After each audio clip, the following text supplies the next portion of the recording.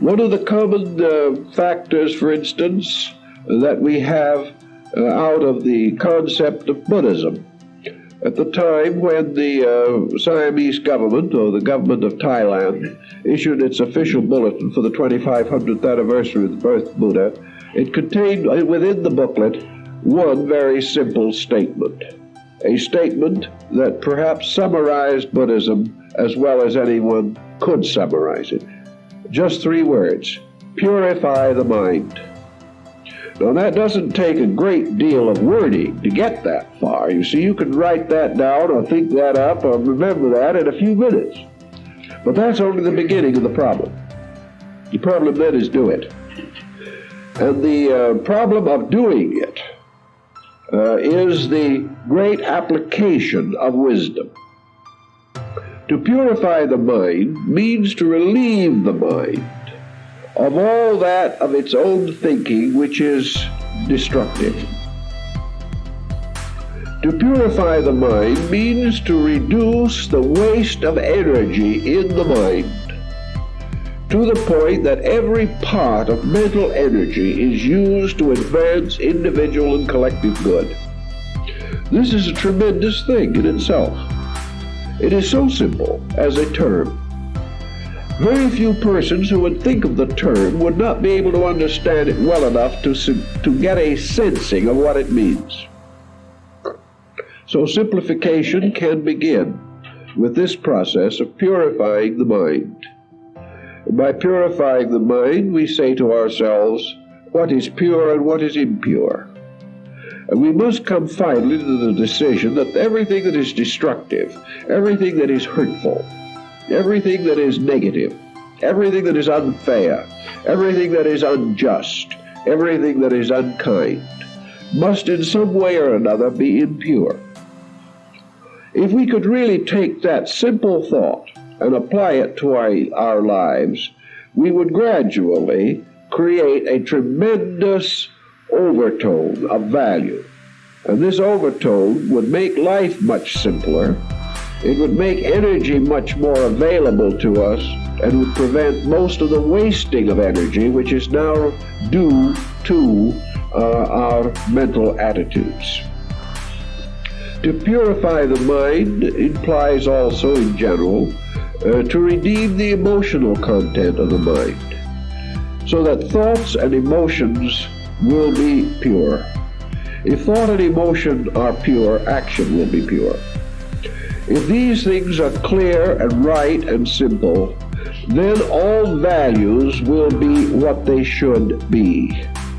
And by this very process in itself, we would come to the simple life.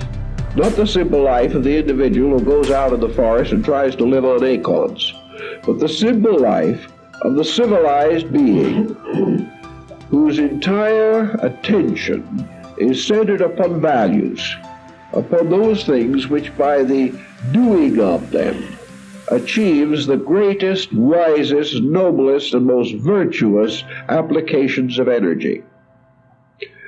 The simple way, then, for every individual is to gradually take destructiveness out of his concepts, out of his life, out of his way of thinking. How will he be able to discover destructiveness? Well, one way, I think you could do it, but I think it would be a rather tedious one, and that is to use a tape recorder. If, for example, an individual would keep a tape running through the day of his life, particularly if he could live just the same way, not trying to accommodate to this tape, but simply living as he normally does, he would learn in a few hours, or a few days certainly, what was destructive in what he was doing. The first place, he would find out what hurts his own voice. He would hear sharpness, bitterness, anger. He would hear impatience and sense the emotional destructiveness of it. Nature will tell him very simply that anything that he has to express in an unpleasant way must be in itself wrong. He will realize that when he is kind and sympathetic, his voice is kind and sympathetic. And that in this kind and sympathetic voice he wins friends. He makes people respect him.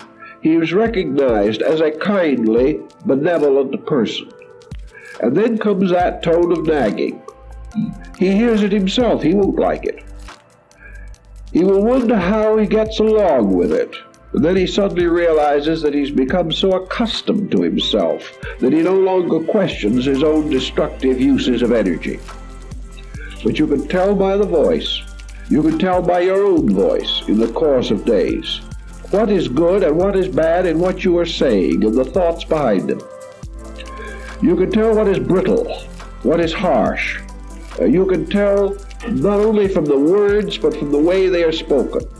You will make another interesting discovery, namely that wrong words nearly always have to be spoken harshly or unpleasantly. The words form their own kind of expression.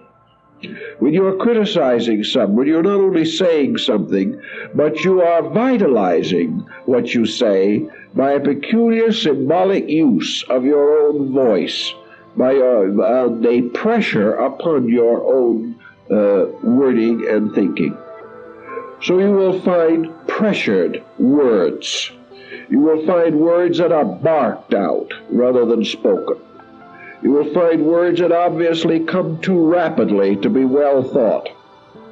You come to all kinds of semantic peculiarities, and in a very short time you can tell yourself what you are saying that is good and what is not good. You can learn your own bad habits. You can also learn how you can say a true thing so badly that it is worse than a lie. You can learn how you can take all the beauty out of the Ten Commandments and out of the Sermon on the Mount if you use it bitterly to attain some end of your own.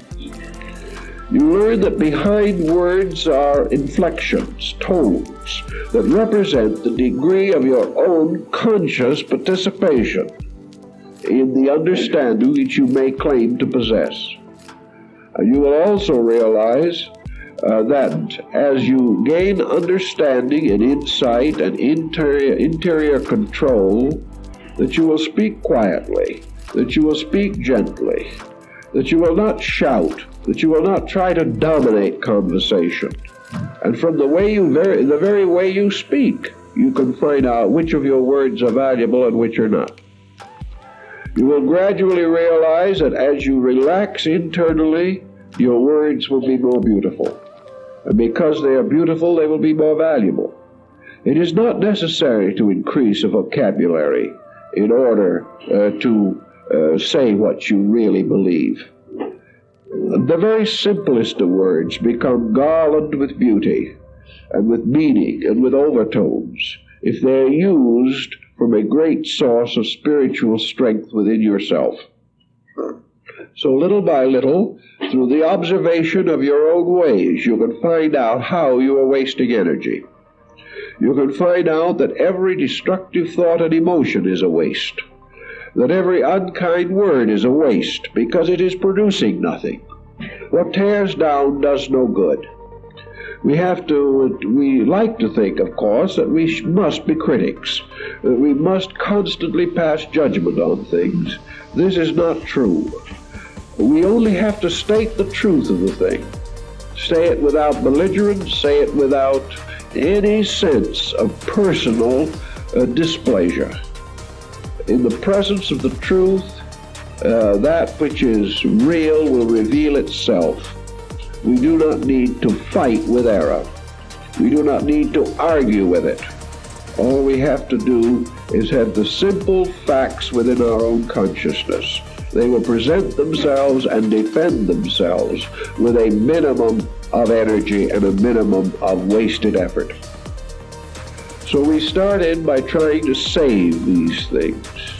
And we observe everything within ourselves which tires us out. We realize that whenever we have a bad mood, we have a period of depletion.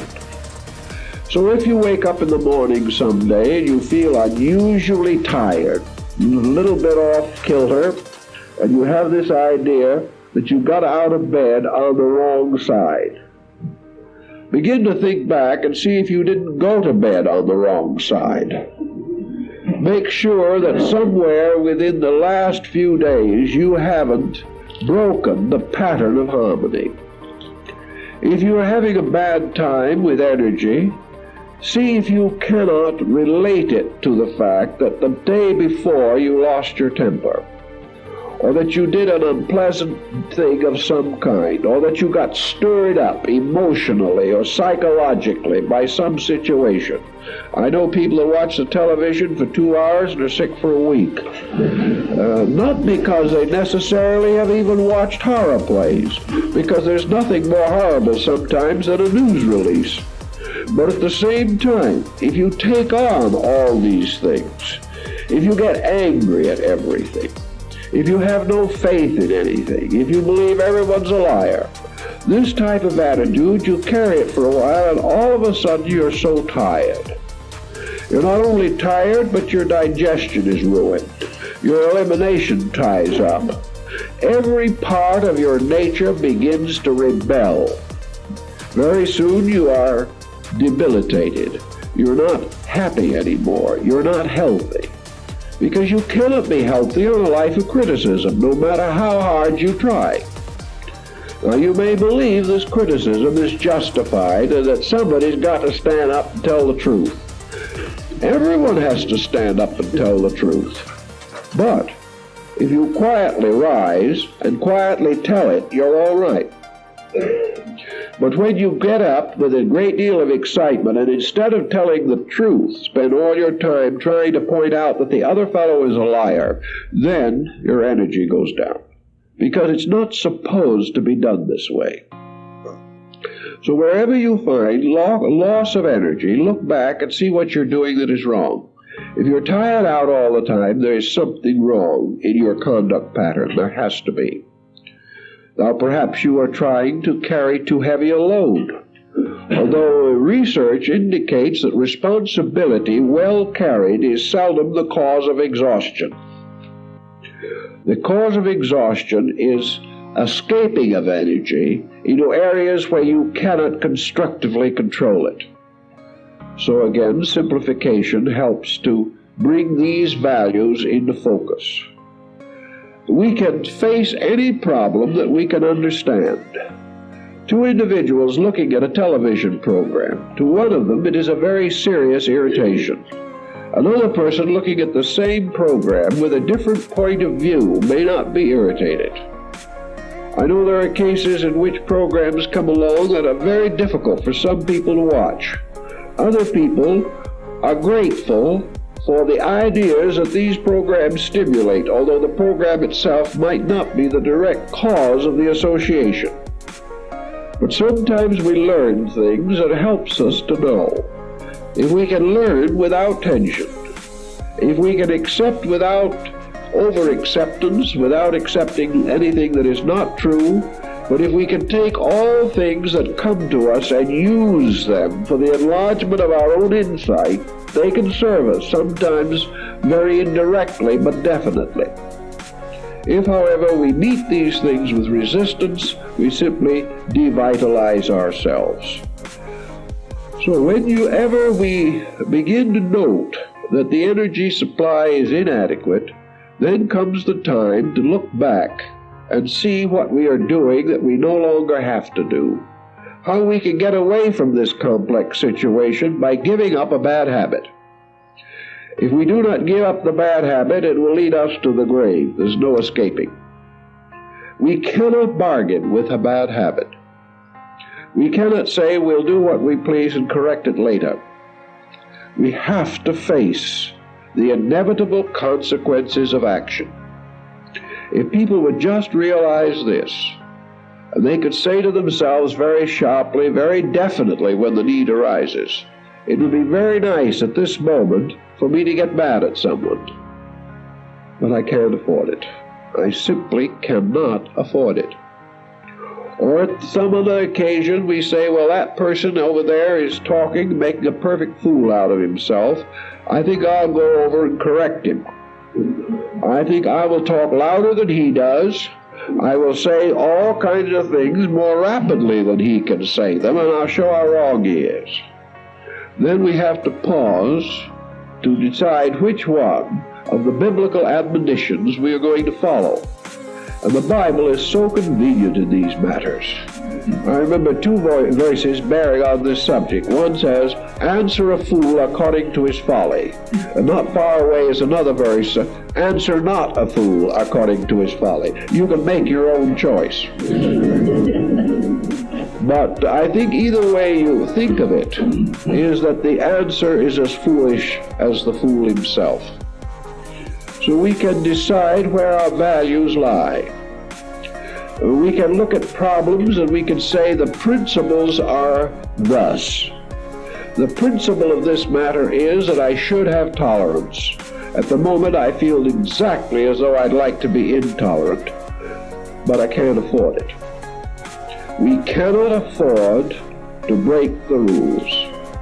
We cannot afford in the smallest thing to break them. The parent can't afford to break them in working with the child who wears it out and worries it to distraction. It isn't the child who causes the distraction finally. It's the fact that we become tired, we are fatigued, we can no longer handle these things. But if we can achieve a quietude within ourselves, we can handle them. And whenever we have an outburst, even though it is the most righteous form of indignation, we have hurt something. Nature does not want it that way. Nature does not want negative vibrations to be released into space by anybody, for any reason. Everything must be cured by an insight greater than the problem. And if we grow bigger than the problem, we can solve it simply and directly. If it is greater than we are, it is unsolvable, no matter how loudly we shout. So we save energy, conserve resources, reduce tension, and try to keep all of our vital resources for the long pull. If we have to use energy, we want to use it creatively. If we want to use it creatively, it's far better for this energy to be used in the writing of a beautiful poem, or in the making of a wonderful painting, or the molding of a beautiful piece of ceramics. Whatever energy we have should be used for good purpose. If we use it for good purpose, nature will not penalize us. Now, it seems sometimes, and I know that I know a case where a person really had a wonderful time being disagreeable.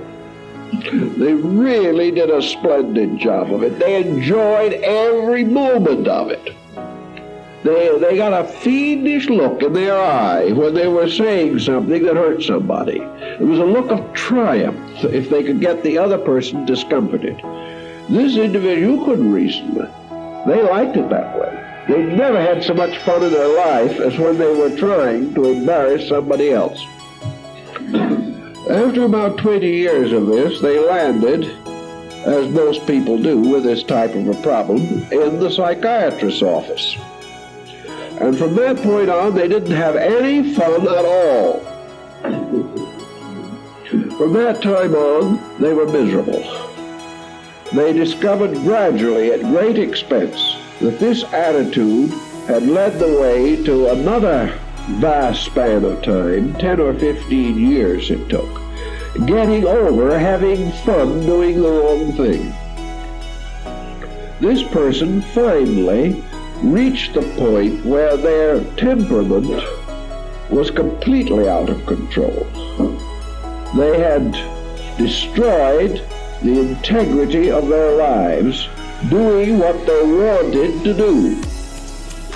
And then came that great period of repentance. But repentance is expensive. It is not easy to repent your problems over a period of years at $25 an hour. You begin to wish you'd thought differently. So wherever there seems to be any reward for the wrong thing, let us always bear in mind that it is accumulative, and that it will ultimately get us if we do not change our ways. So simplicity also points out to us the importance of the fact that simple, direct things are easier to get over. If we make a small, quiet mistake, we may survive it. If we make a loud enough one, we're in a very bad way. If we make minor errors due to poor judgment, but our hearts are in the right place, and we have not become unpleasant, if we have not forced a negative situation unduly, we can correct small mistakes. The individual making a hesitant brushstroke or a pencil line can erase it if need. But if he covers the whole paper with the wrong design, then he has to throw it away and start over again. In psychology, we see so much of this tremendous impulse art, where the individual is simply fighting constantly with this desperate determination to achieve certain purposes. These purposes are wrong, and the individual is in trouble all the time. We can imagine the ideal situation, if it could be possible for man to attain it. An ideal situation of gracious living, of gracious, simple relationship with life, of the individual who finds that the simplest and most gracious types of environment, simplicity in clothing, simplicity in attitude, to live simply, to eat simply, to think simply, but deeply, to fill all available part of life that is ours to fill when the responsibilities are finished, with gracious, simple, quiet, gentle activities. We think probably we'd be bored to death, but we wouldn't after once we become accustomed to the joys of reflection and peace and harmony. Western man has so little experience of the beauty and desirability of peace. To us, everything has to be shattering. It has to be colossal. It has to be dramatic. Therefore, we are the most tired people on earth.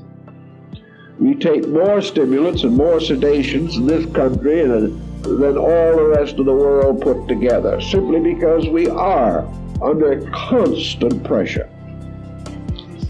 If we reduce life to a livable state, if we have the quietude to sit down, read a little while, think a little while, maybe have a small garden, do a few things in it, write a poem, quietly and gently contemplate the tremendous values of life, have one or two sincere friends and share with them without trying to overwhelm them, and little by little reduce life to a livable state, the individual will then have a great deal more energy for valuable things. He would also find that instead of being bored by this simplicity, that for the first time he is able to enter into a deeper relationship with value. Life becomes more interesting every day when we simplify it. He would also find that his mind will turn from matters of little importance to things which are of greater substantial value, things which have lasting meaning. That instead of worrying, he will use this same time to understand, which is the important thing. Not so much that we learn all the time, but that every day, every opportunity broadens the foundations of understanding. Understanding is meaning. It is the putting of meaning into things, or the discovery of the true meaning that is in them. The life lived in meaning is terribly important. And this meaning can only come when we are quiet enough to accept it, to investigate it, to consider it, to seek for it. If you are looking at a picture, maybe you go to a great gallery and you see a fine painting. The first time you look at it, you don't understand it. You can't. You gain a certain tremendous overall sense of that picture. But it is only after a long time that this picture really begins to mean something to you. I had a friend many years ago who was a great authority on Wagnerian music, which is a difficult music. Wagner has many friends and enemies in music, but this individual particularly liked that which has later been demonstrated or gradually came to be recognized as Wagner's greatest achievement, and that is the Tristan and Isolde music. This person said that they really began to understand Tristan after the 50th listening to the opera. After listening 50 times with the score, they began to know what it meant. Now, it's the same thing in travel. If you go to a country and stay 2 weeks, you are an authority on it. If you live there for a year, you know nothing about it. If you live there for 20 years, you begin to understand it. So whatever you're doing, you cannot instantly command it. You cannot take any subject that is of any value and simply eat it whole, devour it. You have to live with it. You have to relax to it. You have to allow its meaning to grow and unfold within yourself. And the only way this can happen, whether it's philosophy or religion or science or psychology or art or music or literature, whatever it may be, you have to become a friend of what you want to understand. You have to gain a quiet, honorable relationship. You have to give time to it and thought to it and a certain amount of basic energy to it. If you're hurried all the time, if you're constantly changing from one subject to another, if you're meeting every emergency with every available ounce of energy, you can never get under the surface of anything. Your energy is all gone, your time is all gone, wasted, used up, dissipated, without any production whatever. If, however, you can simplify life to the point that you have a few hours now and then, hours that have been rescued from trivia, hours that you once used to worry with, hours that you once used for argument or dissertation on useless subjects, hours that were once spent trying to take care of too great an establishment, trying to work too hard for an extravagant code of life that you could do nothing with anyway. If you can rescue this time, you can then sit down quietly with it. And with this quietude, you can begin to understand things. You can begin to penetrate into the source of things. And every amount of energy that you conserve by the simplification of life gives you penetrating power in areas where you really want to know something. You can quietly understand friendship, but it will take years. You can quietly understand the needs of children, but it will take time. It takes time and relaxed energy. But quietly understanding, thinking, bringing together all the insight that you have, you can do these things peacefully, in an orderly way, without destruction. And a half hour of very quiet recognition of the values of a situation may save you a half-hour mental or emotional outburst the next day. The quiet energizing, the quiet visualization of the situation took a few units of energy. The anger arising from not understanding takes hundreds of units of energy. So by solving these problems quietly, you lengthen your own life expectancy and increase your usefulness. Most of all, also, however, you come nearer to the true solution, inasmuch as the true solution must come from quiet thoughtfulness. So simplicity simply takes away all of these factors that are not very valuable.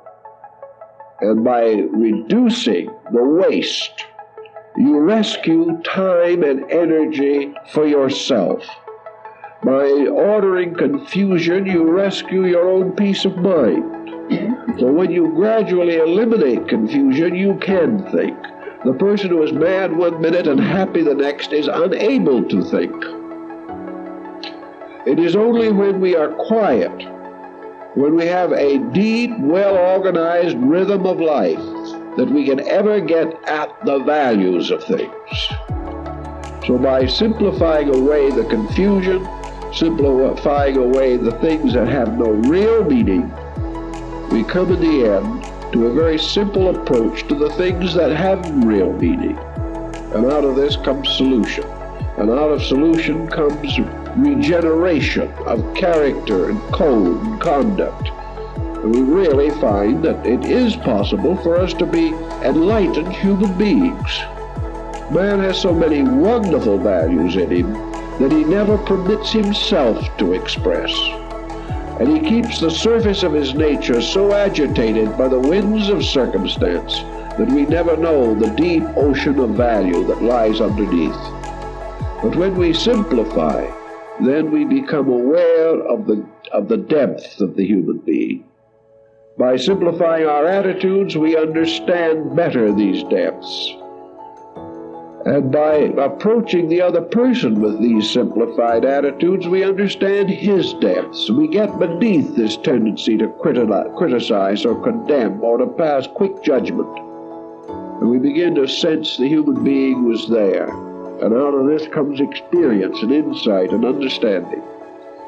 So make life as smooth as you can.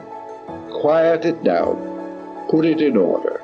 Get rid of the things that will never pay off. Get rid of the attitudes that will never permit you to think. Get rid of the emotional pressures that will never permit you to love or be a friend to anything. Reduce these. Bring them down to their quietudes, to their simple honesties, to their natural directness, and you will not only live longer, but the years of life will be richer, and you will have better health in those critical periods when the person who has wasted energy no longer has any available at all. So if you want to have happiness ahead, relax now. If you want to have more energy later, save it now.